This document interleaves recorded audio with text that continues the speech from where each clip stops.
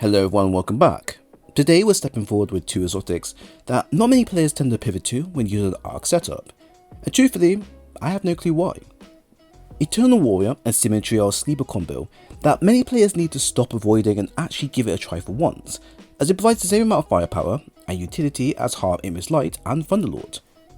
Now we all know Symmetry can hit hard once its Arc Seekers are ready, so what happens if we add the ×4 damage buff, bolt charges, jolt and blind all in one weapon's action?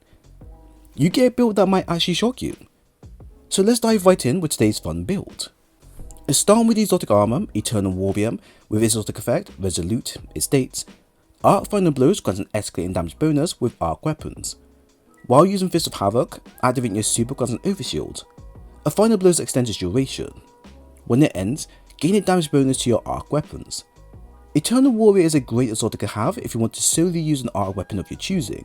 This works wonders on ARs and machine guns you have a large magazine in reserves, as the constant kills made to keep damage buff going will allow you to have a constant 4 stack of arc surges on demand.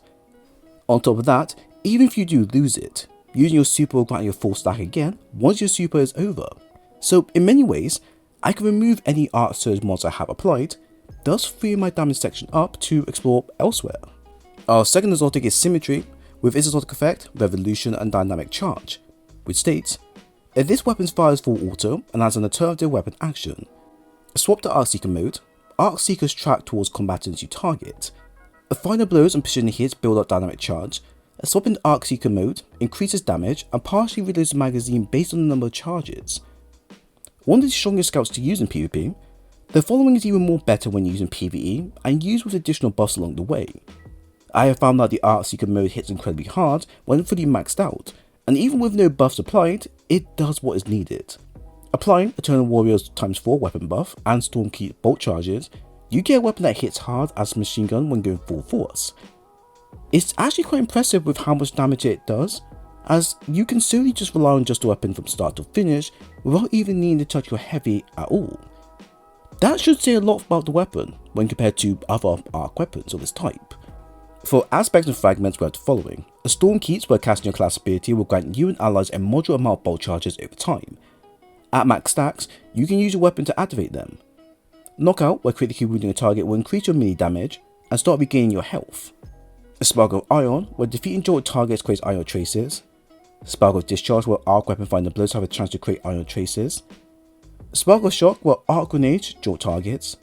A Spark of Frequency, where melee hits increase your weapon stability and reload speed for a few seconds. While amplified, the effects are increased and you gain increased bolt charges from all sources. So sticking with what we know is best, the following fragments selected will best fit Eternal Warrior and Symmetry's need when being used with Stormkeep. Ideally, the setup is pretty self-efficient in terms of building itself and applying a wide number of debuffs towards targets, such as Jolt, Bolt Charge, Slice and Blind via our super. For this, you're going to want to add Spark of Frequency and Discharge towards build, as they will both grant you bolt charges at a rapid pace. This along with Dielectric and Defibrillating Blast is going to be key in terms of getting a non-stop bolt charge activation. Ideally, we want this to be super fast because of how powerful Symmetry exotic perk is when fully maxed. Arc Seekers hit incredibly hard when fully maxed out, and are noticeable when using this against the Mages to Ultras GM environments. By combining the two powers, we can inflict heavy losses to anyone coming our way, and repeat this as many times as you generally like. A Spark of Discharge is a must since we will be constantly using our arc weapons on a near day-by-day basis, so this is kind of obvious to keep.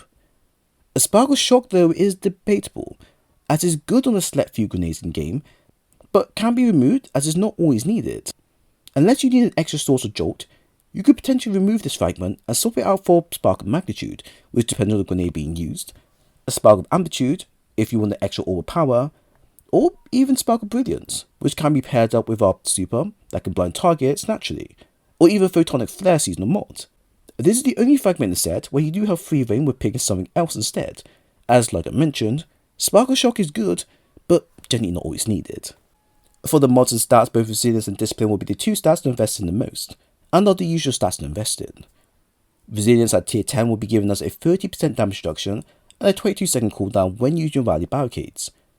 To maximize Stormkeep's effect, having a maxed out stat is the right way forward if you don't want to make use of the additional mods. You can run a tier 7 and above stat if you can't reach the given threshold, but that may also require adding specific mods to help boost you further. Also recommended to have an element of resistance mod as a standard assistance. Our discipline is at a tier 9 for a 1 minute 9 second cooldown using our pulse grenades. Although I have this lower on my end, I always recommend buffing the stat out to max if you can achieve that or not. Having pulse grenades are great for the build as they apply additional damage over time, which is handy when dealing with tougher enemies we face. At the same time, they can apply Jolt, which means that it can spread its effects far and wide, which can benefit us with the gathering of Io's traces and super energy fairly fast. This is my preferred choice of grenade, although the storm grenade is also a great pick as well. So to expand on the abilities being used, we have the following. Momentum transfer times 1 for a 12% melee ability regen, impact induction times 2 for a 17% grenade ability regen, and bomber for a 12% grenade ability regen. No class ability model needed unless you are unable to reach the tier 10 stats. Additional mods, we also have the following. A heavy ammo finder, reserve and scavenger mods for a heavy weapon, harmonic siphon for creating auto power via magic elemental weapons, ashes to assets, where getting a grenade kill provides you extra super energy, charged up for a +1 armor charge, arc surge for a 10% arc weapon buff, although this can be removed, powerful attraction for automatically collecting orbs of power when using a class ability, and Reaper, where using a class ability and then letting a kill will generate an orb of power.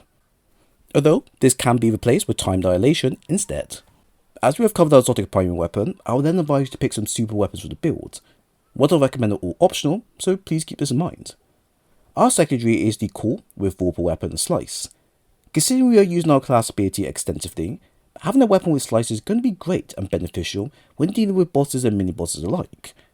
It's also a strong weapon to use in general against the vast majority of the enemies you face, so it's kind of hard to recommend something else to replace it. It's an easy to get weapon, and truthfully, it holds a lot of value for endgame content. For heavy, we have the Watchful Eye with Overflow and Sword Logic. A great and very powerful machine gun you gotta get just in general. My one focuses on raw power, with the combined effort of Overflow enhancing our ammo storage, and Sword Logic giving us that extra huge damage buff that we so much crave. I've got another role with this weapon, with Jolt Feedback and Wellspring instead, which I have to admit works out pretty damn well with speeding up how fast you kill most enemies in game, plus the extra ability energy. Now this is down to personal choices of course, but the following does provide an extensive punch that truly you don't want to miss. So this is another great example of a build that uses something really popular, but under the guise of two exotics that most of the community tends to overlook. While Eternal Warrior may look ugly by design wise, it has gone through a wide number of changes designed for improving the exotic within a super state and non-super state. This goes the same for Symmetry, which would have been pretty powerful if it had an Arc 3.0 perk attached to it, such as Jolt and Feedback. Combine that with Eternal Warrior's damage increase, and Stormkey's natural bolt charges, and you fully get a build that deletes major GM enemies, like Knights and Fallen Captains, within at least 3 shots. And what makes this funny to use is that it's kind of similar to the Le Monarch and Hazardous Propulsion setup, which focuses purely on the raw kinetic damage for your weapons, exotics, and aspect in hand. Our setup is similar in terms of damage being done, but the vast amount of damage being pulled off is when our exotic is active and when our super is available. Surprisingly, it does not take a lot to get our super up and running in the build, and even without the super active, damage it does overall is still pretty impressive. If you're asking yourself, could this be used in dungeons and raids? Sure you can, as it works great for all types of environments. However, I found that the most success with using this is in GMs and anything wave-based, just because of how explosive the setup is. So while I've shown off many versions of Stormkey's build that can be used anywhere, and plenty more in the future, this one does take the cake in terms of DPS and how quickly you can kill most tougher enemies in game. If you love Symmetry and you want a reason to use it, here's a build for it. So there we have it. I hope you all enjoyed the build breakdown. If you have any thoughts on the content shared, then please leave a comment, a like and a sub while you're here. I will leave a dim link for the build in the comment section, and if you wish to see more stuff like this, then I have a playlist available covering all types of builds you might like. It was great sharing today's video with you all, and I hope to see you again soon.